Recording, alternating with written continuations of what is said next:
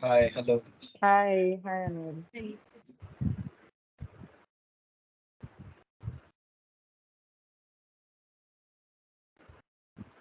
Sumati, we are good. I think we can start. I Yeah, think people will Yeah, start let's joining. yeah, let's start. Yeah, that's good. Yeah. yeah. Hi, good evening, all. Hope all are doing well this Tuesday evening. Thank you, Reem, for trusting me with this. I am Sumati, and I have been in the digital space since about 2 years now. It's been 5 odd months with Kara. A very warm welcome, Mansi. How are you doing Thank you. today? Doing very well. Thank you very much for this opportunity. I've had the pleasure of working with Kara very closely for the last over 5 years now. So always good to be here. We are humbled and thankful that you could make this time despite your busy schedule. It's our pleasure, in fact, to host you today. Guys, I would quickly introduce you to our guest. We have amongst us Miss Mansi Narasimha, who has industry knowledge of over 20 years. Her branding career started from Hindustan Unilever, and gradually her journey spiraled upwards to strategy and marketing communication. She is a career marketer with experience across consumer goods, media, corporate branding, and payments and financial services. Her most recent stint was with MasterCard. She was the head of marketing and communication for MasterCard South Asia. She recently moved on from it. Mansi, talking about MasterCard journey, I want to understand what are the core business drivers of the card industry? What are the differences in the various form factors? Sure, that's a good place to start. And guys, to all of you on the call, please make it interactive. If there's something that I'm saying that you don't understand, please ask. I think there must be a chat option where you can put your questions, or if there's something you want to ask me. The whole idea is to make it a two-way conversation, not a monologue. But to answer the question as it's been asked, so Mastercard and Visa, American Express is slightly different, but Mastercard, Visa, and RuPay are all the payment switches, as it were. I'm sorry. Jagdish, if you could go on mute, please. Thank you. Sorry. Mansi. Yeah, no problem. So these are payment switches. Okay, so they basically connect. It's called the four party model. They basically connect you as a consumer, the merchant from which you buy, which could be online or offline, the bank, which issues your card, and the bank or the fintech which has set up an acquiring machine at the merchant. It's called the four party model, but essentially it's about enabling safe and secure digital spending. Now, when you talk about that, obviously the biggest driver, therefore, is what's called PCE, or personal consumption expenditure. Worldwide, therefore, when economies are doing well and people are spending and bullish about the future, that's really good news for the card companies, right? Conversely, when there's recession and fear and everyone's cutting back on discretionary spends, it's not good news. So one of the sort of real downturns for this industry was during the pandemic, because obviously nobody was going out, there was no eating out, there were no events, there was no physical shopping, and there was no travel. Travel is a very very big driver of spends. So yeah, so that's where it is. Most payment instruments operate in three form factors. The most common for all of us is a credit card, where basically it's a loan, it's an interest free loan for a specified credit period. And therefore, it is advantageous for everybody to use a credit card because you get interest free credit, right? If you time your spends and you get loyalty points. Then there's debit cards, which has taken a huge beating industry wide because of the rise of UPI. Debit card is a direct debit to your bank account, as you know. And then there is the prepaid cards, where you load your card, typically used for students, used for forex travel, via Thomas Cook and so on, where you spend later. So it is basically, as one of my bosses said, you have an immediate debit, which is basically pay now, which is debit, pay and actually pay in the future, which is credit, and pay first, so load your money into the card and then spend it, which is prepaid. Those are the three primary form factors that we all have.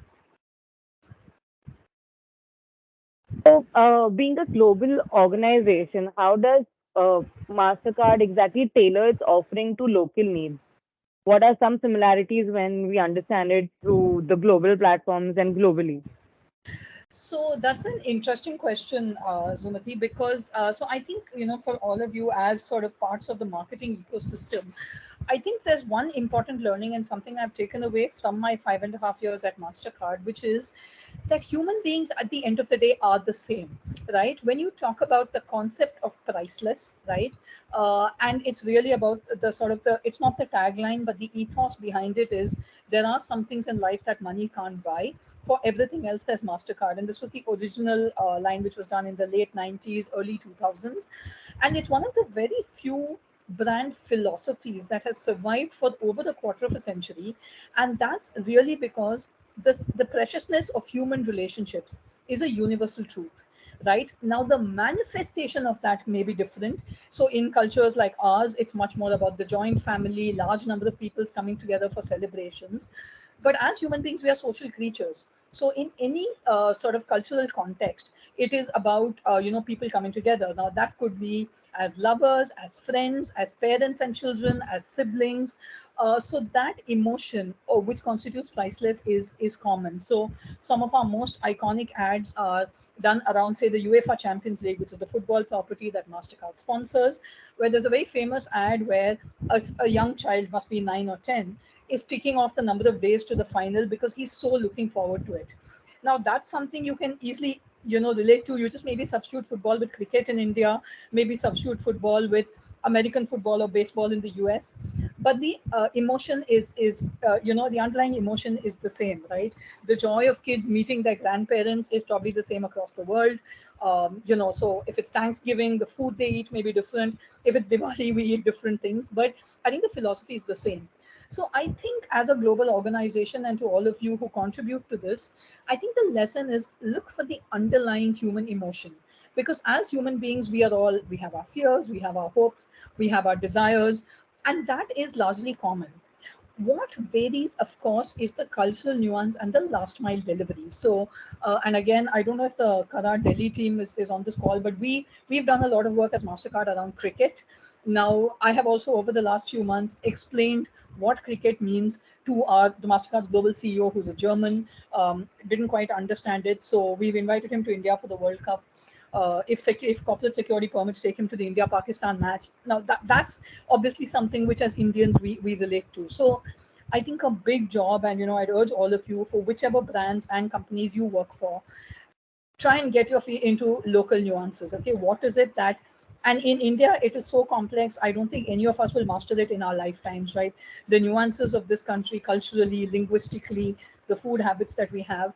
But to me, that is actually what drew me to marketing in the first place, which is the fact that it's a real life subject. It's not something that's done theoretically. You don't make presentations or write papers. It's a real breathing everyday practitioner subject.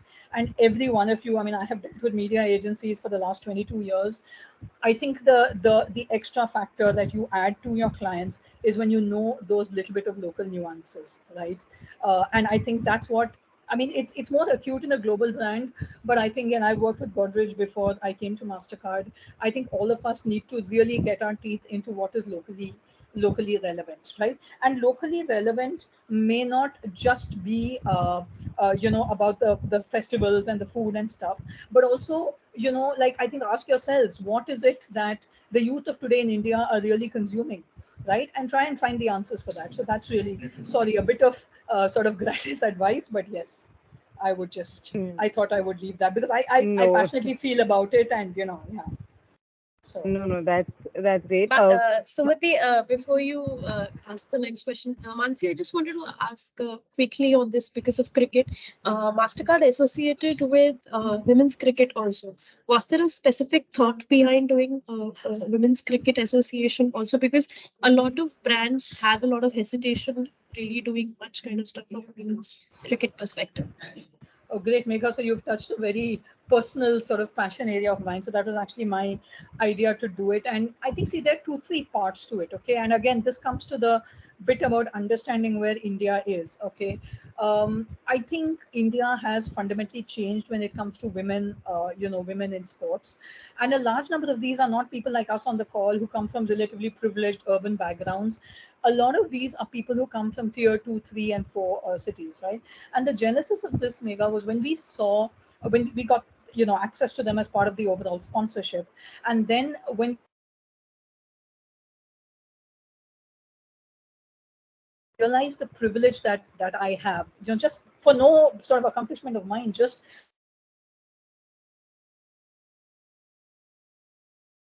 that I could study whatever I want, I could marry whomever I wanted to. If you look at some of the stories of these women, the barriers that they've had to fight to get to where they are is it's heartrending at one level and it's hugely inspiring at another level. And that's why we said, okay, let's tell these stories, because it's a story that needs to be told, and it's a story whose time has come. And after which, I'm very, very happy to see the way media picked it up organically, the kind of eyeballs the women's IPL has got. Now, obviously, is it where men's cricket is? Of course not. But I think that journey is going to be traversed fairly quickly. And it kind of ticked a lot of boxes for us, honestly, because the BCCI was very supportive. They really invested behind this campaign. So yeah, so again, it's about, I mean, and I'm not saying I've got everything right in my career. I've made more mistakes than things I've got right. But I think, and again, to all of you on the call, if you are working on brands where there is a possibility of women in sport, I think it's a great theme. And in the run up to the Olympics next year, it's only going to get better, right? Because there are some women in sports that we haven't heard of. I remember in the last Olympics in Tokyo, there was a lady fencer. I mean, I don't know how many people in India even, know what fencing is, but I think that is a great opportunity. The government is totally behind it, and I think it's one of those things that's on the cusp of massive change. So yeah. Mansi, just adding on one more thing to it. So I'm sure it's not easy within the Mastercard also, to get everybody on the same page as stakeholders to believe in it. How do you, as a brand, after doing an association like this, really measure? I mean, how did it make an impact? Because obviously there are different kind of people with opinions. Because some would have gone for it, some wouldn't have. So how do you really measure it in terms of really understanding did it work for you guys or not? So, Megha, I think the person who can actually sort of unambiguously answer that question, I think, is going to be the next Philip Kotler. Okay, because I don't think there is an answer to it, honestly. And I think Okay. it is one of the real live questions that, as marketeers and people in this industry, we will always grapple with, right? But I think broadly there are two parts to it, and I think there's got to be clarity about what a particular campaign or the sponsorship was meant to deliver. Now, in this case, and just to give everybody a bit of context, MasterCard was under a regulatory embargo for close to a year. Okay, and this was from June 2020, July 2021, which was just when the country was getting out of the wave two of the pandemic, to June 2022. And we chose, and again, one can argue with the benefit of hindsight whether it was right or wrong, we chose to be completely silent at that time. And before that, obviously, with COVID, as I said earlier, we're about spending. When people are dying and desperately looking for oxygen cylinders, that's not the time you go and say spend, spend. So long story short, for about 3 years, we were out of the public eye, and there was a lot of research to say that our brand is really, really in deep trouble, right? Visa was advertising, we weren't, so we really took a bit of a pasting. So then, when I went to senior leadership and said, listen, we need something that really drives saliency on a mass scale very, very rapidly. And in India, the closest silver bullet is cricket. We obviously evaluated Bollywood, but then Bollywood doesn't solve for all of the country, right? Because there are multiple other woods that we need to get. Then music, we said, is subjective, da da da. So then we said, okay, let's do this. It's a 6-month in your face sponsorship. So the reason I'm giving this entire story, Mega, is to say that the objective was primarily brand building. Of course, we did a bunch of stuff around business. We ran contests for people. You spend and win. We, right? But I think you've got to be clear, and corporate memory is short, right? People tend to, change course midway. It happens all the time. So I think it's about reminding people that, listen, this is about the brand. We needed to resurrect the brand. Now, going forward, whatever else we do, then focus on driving business. So I think it's about articulating that, then setting your standards, and then going for it. But there's no easy answer to this one. Great. No, thanks. I mean, I remember discussing this campaign in huge detail. I really loved the way it was done. I discussed it with Praveen, and I used to keep asking him that, how are you eventually going to measure it? Because, see, as a brand also, it's a huge step to take in India to really pick up cricket with women. I mean, it's not really looked upon, right? But at the same time, a lot of Gen Z really look up to brands who associate with these kind of things. So I was just Yes. curious. No, Yeah. and that's absolutely you're right. I think in today's day and age, the younger generation, they truly make brand choices based on the brand's ethos. You can't just say, "Oh, I have a great product," or "I'll give you 20% off," or whatever. It's about the Mm. fundamental ethos, and you're absolutely Yeah. right on that. Great. Thank you. Mansi, you mentioned while answering Megha, you also mentioned about how, there was a larger picture of getting associated with women's cricket. There was the whole association with women and empowering them. So I also came across Mastercard's leadership talk of doing well by doing good. Does it have any significance with the whole IPL women, or it has any other thought process behind it? Okay, so doing well by doing good was actually coined by MasterCard's former CEO, who's a very familiar name to most of you, a gentleman called Ajay Banga, who's just taken over as the World Bank chief. And Ajay Banga's ethos, okay, and Ajay Banga was, and is, so he's an IIM Ahmedabad graduate, very successful, Citibank for many years, then headed MasterCard. But he said, the role of corporates, right, is to solve is to solve social problems and economic problems on scale.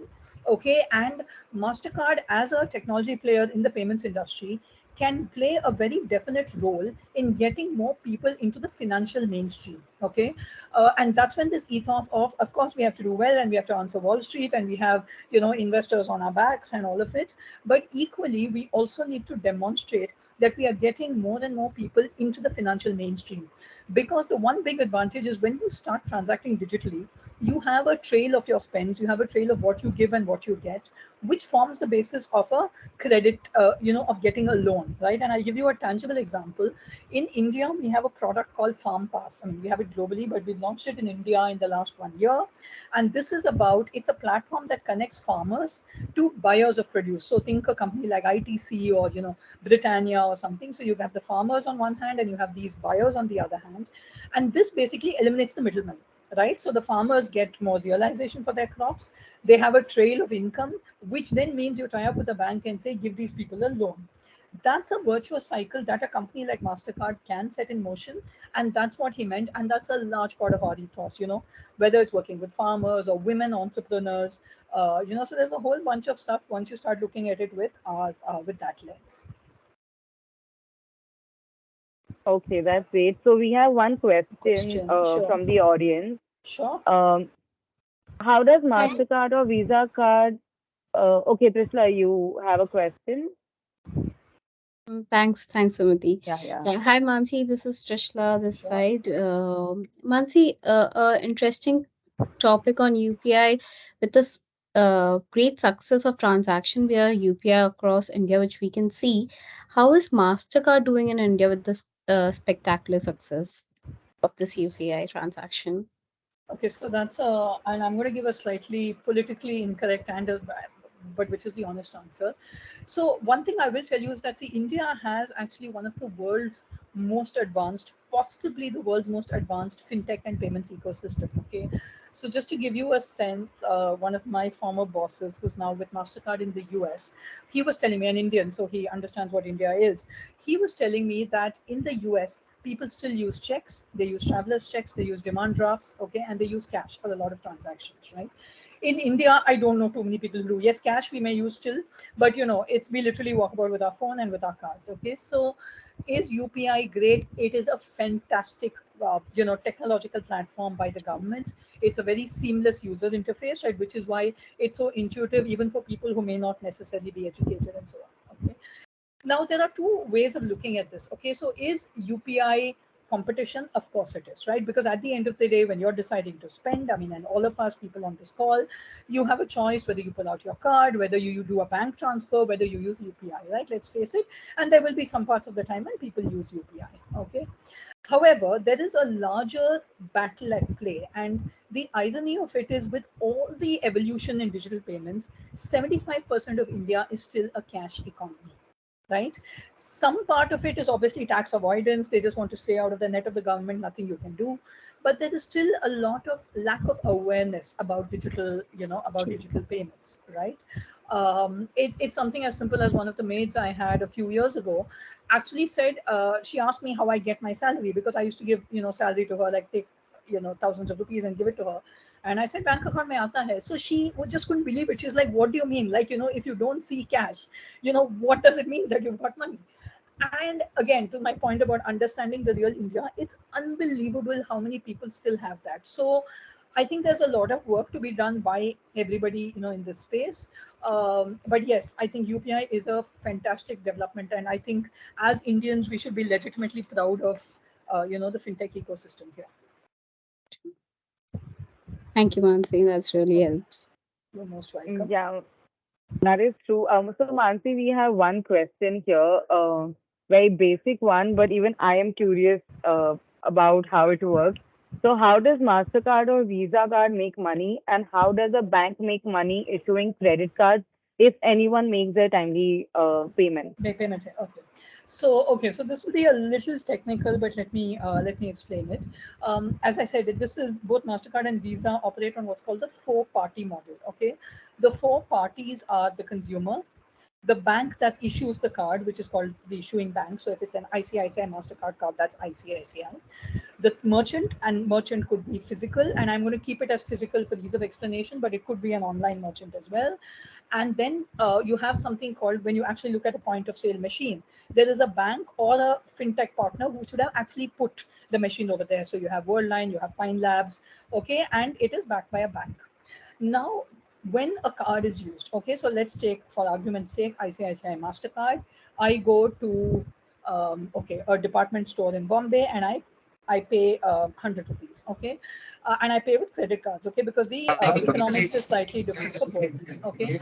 The merchant has to pay what is called the merchant discount rate, or MDR, if you heard it in the news, which is a fee that the merchant bears to drive digital payments, okay, because the logic is that it's more efficient for the merchant. He doesn't have to keep cash, and a lot of merchants who've converted to digital payments actually say the worry of counting cash, locking it up, trusting somebody, it's the same bit about what I said about my cook a few minutes ago. The fact that it's tangible means it can be stolen, and if it's stolen, very unlikely you will get it back, right? So for all those conveniences, the merchant pays what's called the merchant discount rate, which is typically on credit. It varies by category, but it's about 1.3%. Okay, so if I have paid 100 rupees, the merchant gets 100 minus 1.3, which is 98.7 rupees. Okay, that 1.3 is divided, in the case of credit, and I'm making this approximations, about 1 rupee goes to the issuing bank, because on credit cards they have taken a risk on the consumer, right? They have assumed that Mansi is credit worthy, Mansi will pay her bills, Mansi will not vanish after running up a huge credit card bill, right? So they, about 1 rupee is there. Then off the balance 30 paise, about 25 paise goes to the acquirer, which is the person who's actually placed the point of sale machine there, which covers the cost of point of sale machine, the documentation that's needed, the physical just cost of running it, okay? And 5 paise goes to the network which has facilitated this entire transaction, okay? So Mastercard or Visa makes, on an average, 5 is actually one of the higher sort of percentages that the network gets, but on billions of transactions every day, if you take an average of say 2 paisa, that is where Mastercard and Visa make their money. Okay, and it's complex Yeah. because credit is different, debit is different, categories are different. So for example, utility payments tend to have a lower interchange, right, because it's kind of seen as a necessity, whereas alcohol, jewelry, completely discretionary purchases will have a higher one. But that's broadly the logic of how the networks make their money. Understood. And hence, probably we often have those discounts and various discounts on credit and debit cards. So probably that is to accelerate that whole Yeah, uh, absolutely. The thing. Yeah. industry like runs on discounts, which is not sustainable, but yes, that is how things have been. Yeah, We have a question from Aditya. Aditya, you've raised sure. your hand. Yes. Hey, Mansi, Aditya Hi, here. First sure. of all, wonderful and really informative insights so far. Thank you Thank again. you. Uh, Thank you. I just had a question from a consumer journey standpoint, at least based out of my experience.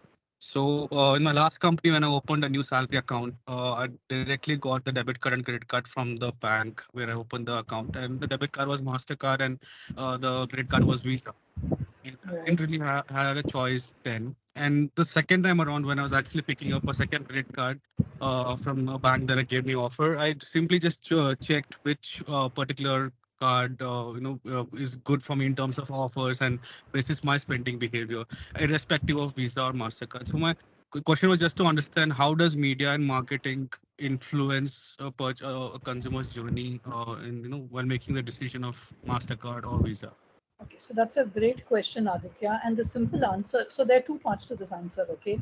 But to the point I mentioned earlier, when do the card companies make money? They don't make money when somebody gets a card, except in a very few high end cases where you have something called a card acquisition fee. But in most cases, like 99.9% of the cards which are in the market, the networks make money when people spend, okay? And most people have more than one credit card, and I'm keeping it to credit for the moment, and that the choice of which card to use is what marketing attempts to drive. Okay. However, the second part is, for credit cards you actually do have a choice. Okay, by law a bank is obligated. If you go and say I want to get a Mastercard, which I did by the way before I joined Mastercard, I changed my HDFC Visa credit card to an HDFC Mastercard credit card. The reason banks don't want to make it too much of consumer choice is because they have, their bargaining power with both the networks, right? And they try and keep the ratio kind of fixed as per the deal requirements. If it became completely consumer choice, it would change the dynamics of the industry. But yes, it is sort of legally possible. I mean, if it's an option. So some co-brands, I mean, sorry, every co-brand is actually either on Mastercard or Visa, so that you won't have a choice. But to your point about what does marketing drive, marketing drives the spends. So when you travel overseas, think of Mastercard, right? When you go out to dine, think of Mastercard. That's what you need to do. It's called top of wallet behavior, which is what we attempt to drive. Very clear, Mansi. Thank you so much. No problem. Great. That was quite insightful overall about MasterCard. At least I wasn't aware about a lot of things that you mentioned. So thank you. And it would be a missed opportunity if I wouldn't ask you your views on marketing and communication as a whole. So I just want to understand, how do you see marketing as a function changing in the next 2 years? Do you see marketing and communication as one function? Yeah, so I think the answer to the second question is definitely yes. And I think there's too much being made about PR and media experts and stuff, but in my view and the experience I've seen over the past few years, it is imperative that the two be done together, because communications is nothing but getting other people to speak for you. Now whether that other people is influencers, opinion leaders, media is a separate story, but yes, they need to be together. Now, on the future of marketing, it's a very interesting one, because obviously there's this whole fear of chat GBT changing our industry and all of it. I believe honestly, yes. I mean, will technology help marketing? Yes, it will. Whether it's ChatGPT, whether it's data analysis, I think these are good things. But at the end of the day, this is a function that's about human beings, right? And as I said earlier, understand your consumer. Go out and meet. When I started my career at Hindustan Lever, there was this diktat from the organization that everybody, it didn't matter whether you were in marketing or not, had to go out and actually spend time with your consumers, and the market research department would set it up. So you literally see people washing clothes, right? You talk to people about what it's like to use a sanitary napkin, for example, right? Even in slightly sort of contentious or slightly difficult categories to talk about, you observe people cooking, right? You spend a lot of time with your consumers, and sadly I don't think many other organizations do that, because that is something that ChatGPT or anything will never be able to do, right? It's about the human connection. And finally, as somebody who's been a client marketer throughout, I think it's about getting the best out of people. So embrace the technology, embrace what it gives. But I think if you learn to lead projects, learn to lead people well, and understand and live and breathe your consumer, I think you're home and dry, and no technology can ever shake that. That is absolutely right. I mean, it's one part of it is to appreciate how far we've come. At the same time, we cannot completely ignore the fact that end of the day we are not. We are not robots. We are human beings, and only we can think for another human beings. And AI might get us the perfect solution, but I don't know. It always will lack that human connect that is Yeah, needed. because see, at the end of the day, human beings are complex creatures, right? None of us is simple or straightforward. And I think, I mean, unless you're like a psychologist or the psychiatrist, I think this is the closest that you actually come to understanding, consumer behavior. And finally, see, as human beings, you have to make decisions, right? Every day, whether what you eat for dinner, to whom you marry, to whether to have children or not, you're deciding every minute of every day. And I'm not sure technology can ever do that, right? It can give you options, it can detail out stuff, it can certainly make your life easier. But yeah, I think finally, as human beings, I think there will always be that factor. In fact, a couple of days back, I saw this, I think, on my LinkedIn feed. Somebody had reposted a semi-constructed building with a huge hoarding saying, "Chat GBT, go finish it." So it was basically to say there are some things that AI will never be able to do, right? So I think it's about embracing technology, but truly realizing the role that we as human beings and marketers can play. True. I have studied psychology. I'm a psychology major, and trust me, I've got nowhere close to what human beings are. So I don't think even studying is going to help. Of course, it gives you direction to understand how to break it down, but again, it doesn't really come up with a solution. And So one of the other things which I sort of, maybe with the benefit of age and experience, marketing is never meant to be exploitative, right? It's not about making people part with their money at any cost for whatever product you sell. And I think there is that aspect of empathy, there's that aspect of genuineness that is a responsibility for all of us to bring to the table, right? While obviously you understand human emotions and drivers with a view to selling your product, and that's fine and fair, but there has to be a balance, right? There has to be, something more ethical about it, which I think as human beings we all carry that conscience, honestly. true. So over and above everything, guys, that Mansi is the most challenging role that she is playing is that of a mother. I did some stalking before I spoke in this forum, and I came across your post where you beautifully wrote about how women should celebrate womanhood. That was a really nice read because it did not shout out feminism. At the same time, it said what it had to, which is actually the feminist approach. So, could you please tell us about your journey as a working mom and how you manage both career and home? Well, I don't know how. I mean, I look back now and say I really don't know how I did. So, for the benefit of everyone, my husband and I have two children. Our boys are 11 and 6, so they're in class 6 and class 1 respectively here in Mumbai. And it's not easy, okay. And Smriti, to your point about not being an overt feminist, I mean, the one thing I would agree with Sheryl Sandberg in her book Lean In is the most important decision you take as a career woman is the choice of who you marry. Okay, because if your spouse is not, see, it's not just about being your cheerleader, but he has to step in for the times when you're not there to take care of the kids. And the highest respect for my husband, and he comes from a very traditional setup where men don't physically parent kids, but he's really been an equal parent, and equal parent when he needs to be. I mean, so day to day I do more, but that's just the way it's worked out, right? It's the nature of his job and my job. And I think as women, one of the worst mistakes we make is to demand sort of 100% equality and literally split things down the middle, saying if you do X, I'll do Y. Life doesn't work that way. But that's absolutely, like, so for those of you who are not married and thinking of it, it is the single most important decision, because that's the person who's going to be, is obviously your co-parent and your parenting partner.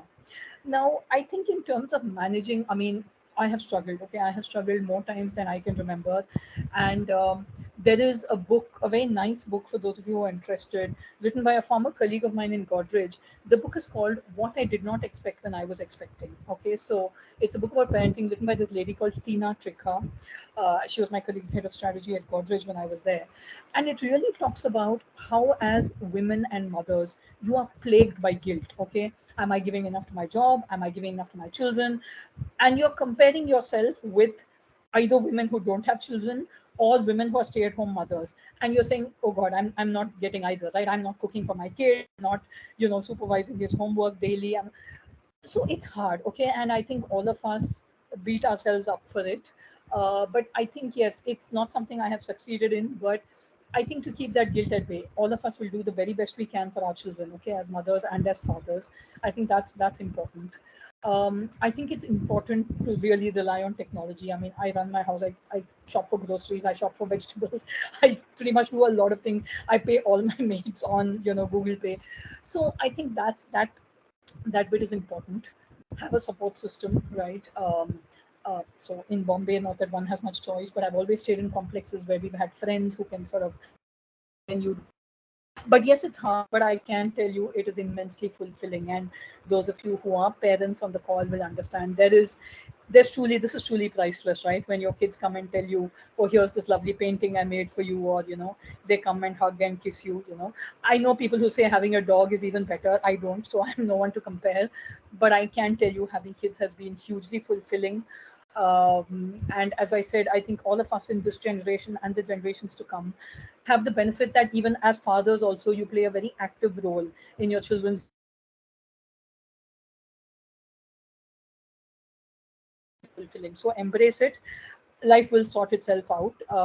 And you've got to make the choices that work for you. I mean, one of the reasons I moved on from MasterCard was I cannot move out of Mumbai for personal reasons. I mean, we have completely settled here. There's no reason to shift the family, and I am not willing to do the weekend up down. Having said which, plenty of people do it, both men and women. So it's a choice that you've got to make. But whatever you make, just know that you will be the best parent you can be for your kid. I think that is the overwhelming sort of bit that I think a lot of us lack. Me, top of the list, so it's easy for me to say. I don't think I've internalized it at all, but yeah, that's important. Yeah, it is always nice to be surrounded by people who, would be, by you and vouch for you, support you in whatever decision you make. And probably once you get married, that whole circle becomes your husband or your wife. That is how we've been brought up. Probably, not recently, I got married last year. So since then, I know how different life has been. पहले तो mummy papa को, you could just shut the door, just say I'll be back after 2 days. You can't do that to your husband. I mean, you just Trust me, can't. Sumati, you So might a few years down the line, but yes, at this stage, I waiting, fully, waiting for uh, that day. I fully appreciate. No, but I, the other bit I would also say is that finally you have to trust your gut. Obviously, as parents, your spouse matters. But see the previous generation, whether it's your parents or your in-laws, their intent is great, but they've seen life with a very different lens. Okay, and I'm talking about people like me, in their 40s. In-laws are much older. They've not seen the life that we have, right? I mean, this is the first generation of women who, across the board, had full-time careers, right, with all its repercussions. So they mean well, absolutely, but finally, you and your spouse are the parents, and that's the only sort of bit of Yeah. advice I would give. Yeah, so that is absolutely right. Surrounding ourselves with, even otherwise, be it your parent, be it your partner. So that's really great. Also want to understand. While speaking to you this yesterday, I think I learned that you have quite a few interesting hobbies. So you like to do gardening, you like to travel. I love to travel myself. My colleagues know that I'm always traveling and managing my work, and it's really difficult. So I definitely want to know, how have you managed traveling, working, and gardening? Yeah, so gardening is probably the toughest one because it's the wrong city for gardening, to be honest. But yes, we do have a balcony, and my eventual dream is to buy a piece of farmland and sort of semi retire there. But see, again, traveling is one of those things. If you like doing it, you'll find a way of doing it, right? I mean, it's not easy, as you said, and it becomes more complicated when you have kids because you have their school schedule and their exam schedule and so on. But it's, and travel is not about, in my view, doing like not necessarily doing a 2 week holiday, but doing like these short weekend getaways. There are lots of lovely ones from Bombay. I'm sure there are lovely ones near Delhi as well. Just do a quick drive out, or a couple of those things. And I think that helps, and it's, I would also, I've become a big fan of late of just being a tourist in your own city. Like, a lot of us who've lived in Bombay, we recently, a bunch of friends, we went for a South Bombay drive, but the British side of Bombay, and, seeing what it is and having that explained. it was a revelation. I've lived in the city for 15 years. I didn't know so much about it, So when you say travel, yes, the 2 week, I will go sit in France for 2 weeks, maybe tough, but there are many other ways of making it happen. Yeah. So I will definitely do this. I was actually meaning to do this being a traveler in your own city, but didn't really get the chance to. But now Oh, that you let's said it connect again, separately. There's a yes, lot of stuff you can definitely. do in Bombay. Lots of great treks outside. Now that the monsoons are coming, there's a lot of good stuff. And November, December, Jan, there's a hell of a lot. And Delhi, I mean, for those of you who are there, I mean, the food is fantastic. I did my college in Delhi, Lady Shri Ram. I have a lot of friends there. So yeah, the food is just to die for. So I, Yeah, so yeah, Delhi. Mega is getting happy. Delhi food. Oh man, Delhi street And I food is a miss different it. level. Yeah, and you don't get that in Bombay. You don't. If you don't, people can keep trying, but they can't get the Delhi. No, so Bombay has its own, yeah, good, but yeah, Delhi is unbeatable. I mean, the chole kulchas and yeah, the correct. That we concede. Mega. Bombay is not as good. Yeah. So, Mansi, would you like to tell us about your journey with IIM Bangalore? I yeah, mean, we sure. have a lot of young, uh, people on Sure. the call today, so it might be of great help to them. Well, all that. So I would just say sort of one thing which I did not do, and in hindsight, maybe a better bet. Try and get work experience before you do your MBA. Okay, so I went from school in Chennai to college in Delhi, economics undergrad, to MBA in Bangalore. So I mean, the good part is I started working when I was 22, which is a good thing. But I don't think one gets as much out of an MBA program as people like, including my husband, whom I met at IIM Bangalore, had work experience before they came into campus. So I think you understand stuff a lot better. I think the IIMs are fantastic. Not just see what they teach you there, you can learn even off the internet these days. But I think it's the peer group, the work ethos that you get. So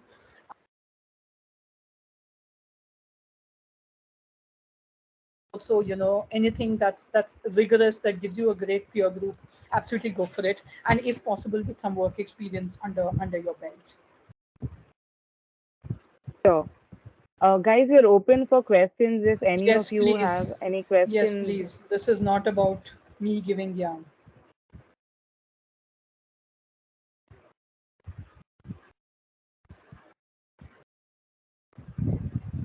Guys, come on, it's only Tuesday. Come on. So, Mansi, this is a bit personal, but I just wanted to understand from you, like, how do you, I mean, I understand keeping everything right, but how does that courage come eventually to take some time off? I Now, personally really, yes, now, like, now how does you're that saying, courage really come? Yeah, like, how does that courage come? Because we are workaholics, we love working, we've been working for so long. That yeah. feeling of, what will I do? I mean, and So Megha, absolutely. And see, this is something I obviously have thought a lot about. And, I first thought of walking out of MasterCard in November, right, for a variety of reasons. And I think, see, there are two parts to this, okay? So one is obviously the financial aspect, okay? And I think just to talk about the elephant in the room, you have to be absolutely clear that finances are okay because we're used to a certain standard of living. We're not going to suddenly go and move to, a tier four city. I mean, we obviously can't, right? Bombay is not an inexpensive city to live in and so on. And that very fortunate that because I've worked for 22 years, major things, we paid off our home loan, so that's not an issue. My husband has a good job, so all of that was in place. And I think the more difficult decision was what you just said, which is what do you do, right? And when we started speaking, and I consulted a few close friends, and everyone's advice was do what you want, but do something. Like, never sit at home, right? Because you'll go mad and you'll drive everybody else mad. And I mean, I can talk about more about this offline, but my one realization has been, when you move the frame of reference out from I have to be a CMO and you have to match my salary that I was getting at MasterCard, the world just opens up, right? I mean, there are some amazingly interesting things which are going on out there, whether it's in the world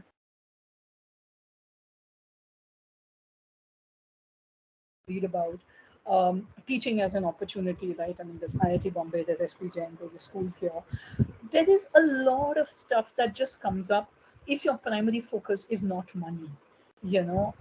So things just kind of fall in. I've got a lot of conversations going. But of course, this can only happen if you're in the position of privilege that you don't need to work for the money. So I think that's been it. And I think, Mega, if I put this together, I don't think I've been courageous in that sense, right? Because if I can't take this plunge, frankly, nobody can, right? I've got work experience. I've had like 4 major industries. I've been a CMO. I know a lot of people in the industry, savings. So my husband is with IDFC First Bank. Home is owned clear.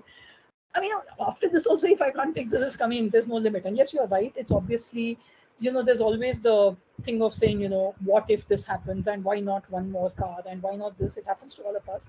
But I think at some stage I also said, if I don't experiment now, I'm never going to do it, right? So that's when I said, okay. And then once you actually say, okay, I'm just going to do a whole bunch of interesting stuff, there are like a ton of opportunities out there. And I'll keep you posted where I land.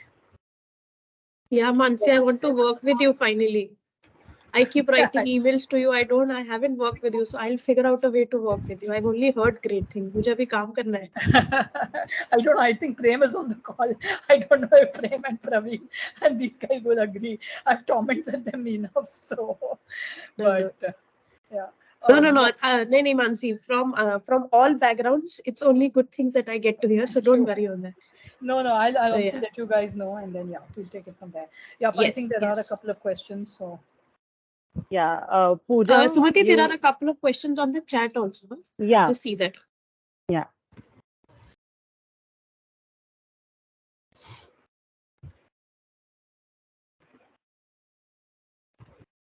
Yeah, Pooja, I you think want to Trishna take Pooja. up? Yeah. Yeah. Yes, yes. Hi, Mansi. yes, It has been a wonderful session. I'm so glad I'm part of it. Thank you so much for your time. welcome. I had two questions actually. I mean, Go one of ahead. them is similar to what we've been discussing with you. Like, what is that one piece of advice that you would like to give to everybody here on the call to, manage your work life and personal life and have a proper balance? Because that's something I'm sure everybody struggles with. And secondly, being a mom, I'm expecting my child very soon, like Oh, almost good in a luck. month. Yeah, yeah. Good luck. So Is yeah, it your so first child? yes, this is going to be Okay. my first child. So I mean, I am pretty nervous about how am I going to come back and deliver, and all sorts of questions, keep running in my head. So how did you manage that time, and how did you? I want to know your experience. Sure, absolutely. So I don't think I have one piece of advice or one silver bullet on how to manage. But the one thing I would say, again, not something I've done, but I see the benefits of it, is for to develop a hobby, okay, that you can do at least partly by yourself, right? Now, whether that's in the gardening, trekking space, or whether it's in, reading, or, or philanthropy or social work or whatever. And the reason is that keeps you balanced, right? Because with work, and as you soon realize, being a mother, you're tunnel visioned, okay? You're like literally managing every single day. And I'm not saying this to scare you, but I think you need to have something that you go into to revive yourself. Now, if that's drawing, painting, music, dance, whatever it is, yoga, I find, so one of the things I do is to do a bit of chanting and breathing every morning. That really helps me. And I know plenty of people who've got it, but have something that revives you, right? And that you can do by yourself, which is active. Most of us say we read, okay, and we do, but unless you're the kind of person who derives joy from reading, reading is not enough.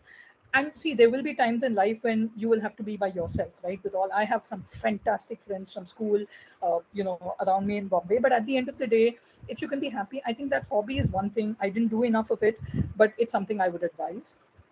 Now, from a motherhood perspective, I totally get where you are. The first child is absolutely game changing, and it's obviously normal to be very nervous. I think one about just delivery and stuff, and then what to do afterwards. But I would just say one thing, that build your support systems, okay? So from a practical perspective, get a maid, get nanny. I don't know if you have family support around, but even otherwise, make sure you have your full support in place. Get a pediatrician, absolutely important. I don't know which city you're in, but we've had fantastic, a really super pediatrician in Bombay. Just get that, and expect that it will be tough, and set those expectations in office, okay? And I think more and more bosses today are understanding about the fact that, things are not easy the first time, right? Your kids don't eat on time, your kids don't sleep on time, all of that happens. So I think set those expectations clear, and life will work out, right? It's not easy, but I can promise you life will work out. I hope so. Thanks so No, it will. much, Mansi. Which city are you in? Pooja, Delhi? she's in Bombay, and she's managed to ask this question with all her managers on the call. Oh, lovely. That's lovely to hear. No, but see, because I'm just saying, because I had both my kids in Bombay, so I'm just a little familiar with the system and the setup here, and so if you want, I mean, ping me separately. Happy to share whatever you know I've I've That's experienced. that's so sweet. Thanks, Mansi. Thanks a lot. No problem. No problem. We have Trishla. Hi, Mansi. So Mansi, I know you have worked a lot in this field. You have achieved a lot, many things. But what would be the one dream place that you still craving for and still want to work in future? Or that's what I want to know.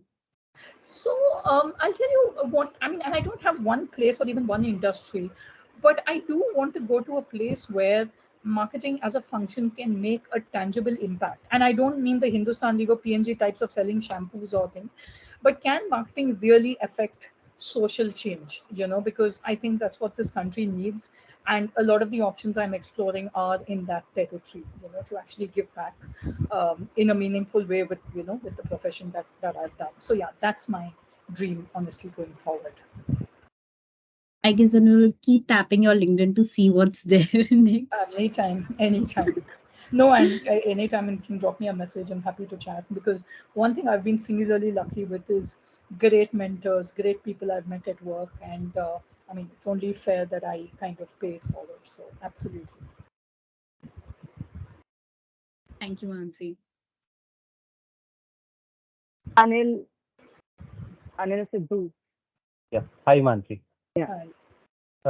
Mansi, you mentioned that even though UPI transactions have increased, 70% of the country is still use cash for payments. Now, my question is that eventually this is going to change, right? And the penetration of UPI is growing. Now even Singapore's Pay Now is also integrated with UPI, and many other countries are also joining in. Yep. Yep. So, how is Mastercard looking at this, and what is the strategy for the future? Okay, so there are two, three ways one could approach this, right? And now one is to actually go back to what credit cards were when they started, which is position them as a lifestyle product, right? You've arrived in life if you have a card that can get you access to ABC, etc. That's potentially one route. So you actually differentiate it from UPI. So you say that UPI can be for your daily transactions, and then you've got your card. Okay, that's one bit.